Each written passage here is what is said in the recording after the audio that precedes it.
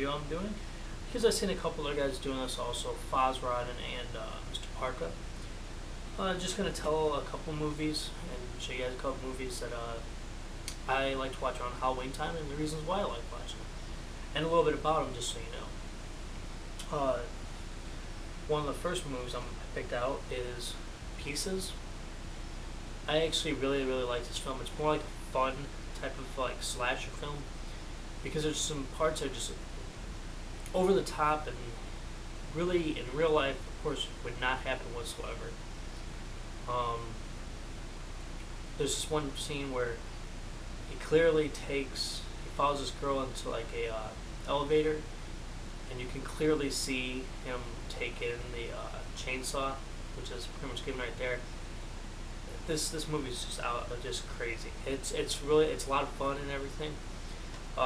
Don't get stuck with the diamond release. Go and buy like the Grindhouse release.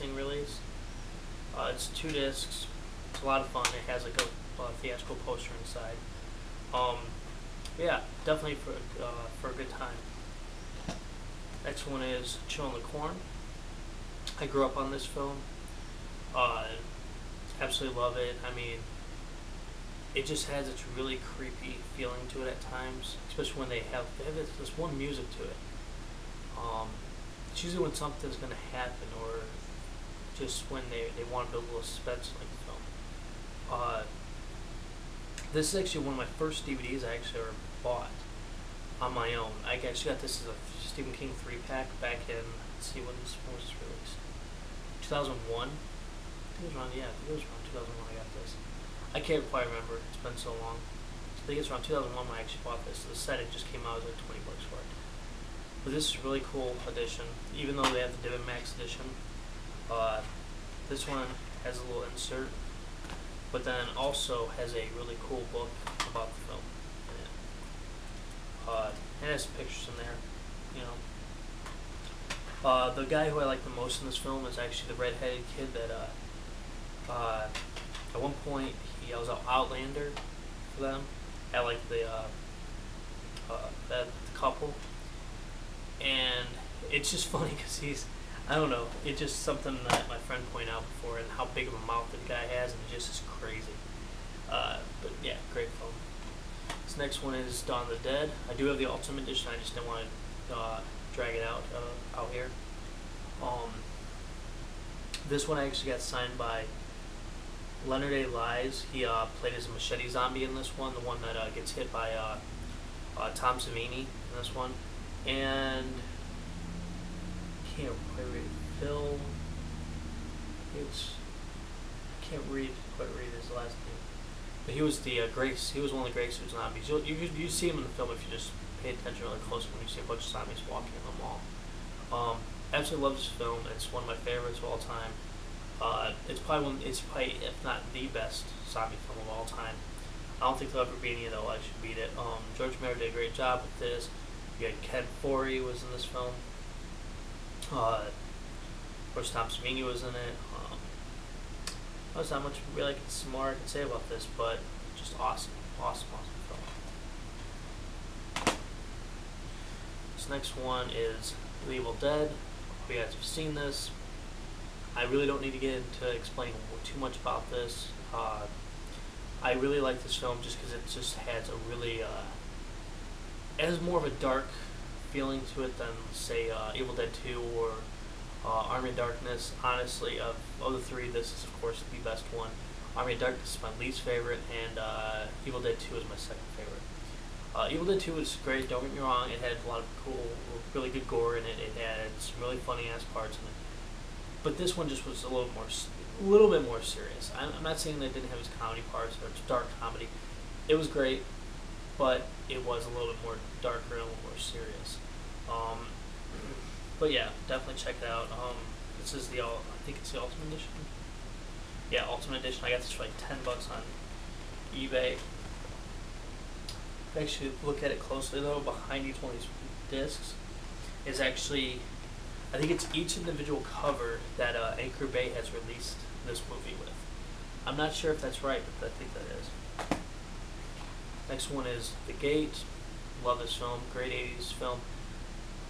probably one of my favorite 80s films about these kids who end up winning the gates of hell on accident, and then they have to fight their way to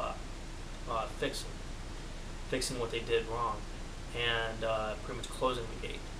I know that there's a new edition coming out. I think it's the 6th or 13th of this month. But either way, definitely one to check out. I really want to check out the new edition of it. I just recently asked Mr. Park about it, and he said it was the transfer's good on it. It's a lot better than the VHS, but it's got to be a lot better than that one. Even though that one's alright, works, but I want to see a widescreen. This next one is Halloween 3. What can I say about this film? Awesome. Of the Halloween series, honestly, it may sound blasphemous, but this is my favorite. But Halloween is right up there with this. It's pretty much equal, tied with this one. I just like the story of this one a lot. I think that's what I really get into more than anything.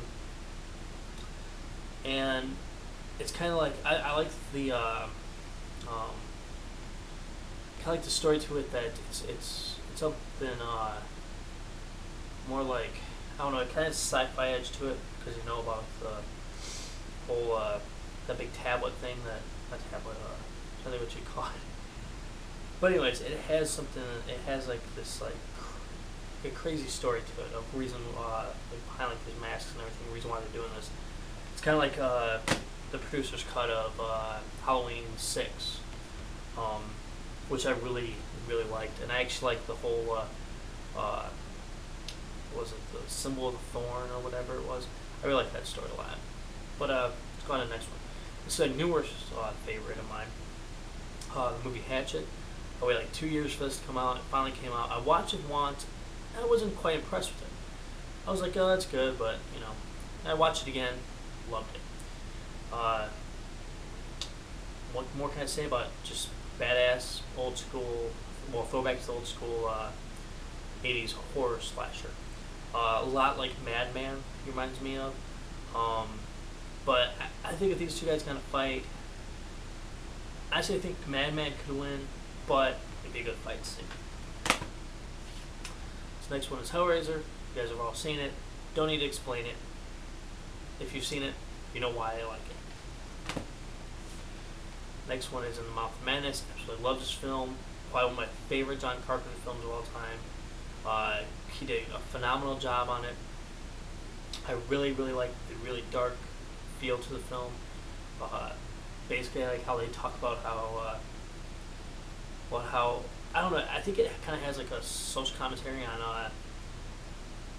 like how they're going after people and saying that. Actually, you know what?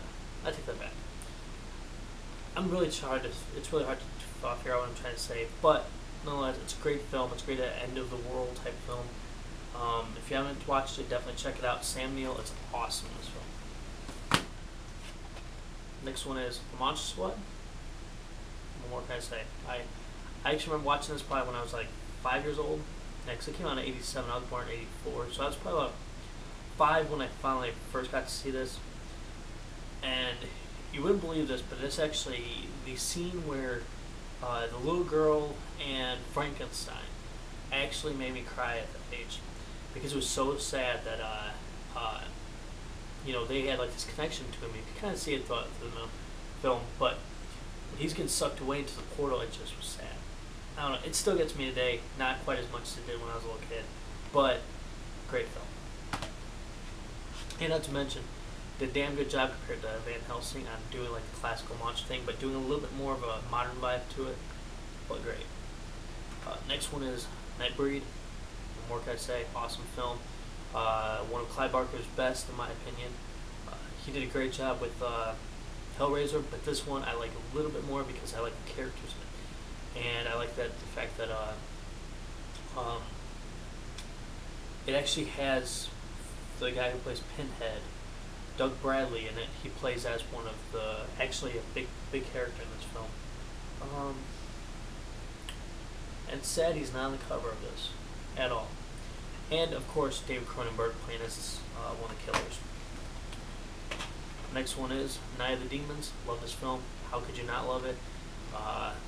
great demon possession type film. One I didn't put in here, I will put in part 2 of this. Yeah, really good film. Try to get this as cheap as you can because this one's out of print, and I don't know if it's going to be re-released. I do think it will be because they are doing releasing a remake of it. This is Night of the Living Dead. Of course, God, I love this film. This is one of the original, really good zombie films. Because there were zombie films before that, but they weren't quite as good. Definitely worthwhile to check out. This actually has a black and white and color version. The color version is funny as hell, but the commentary is the best from Mike Nelson from Mystery Science Theater 3000.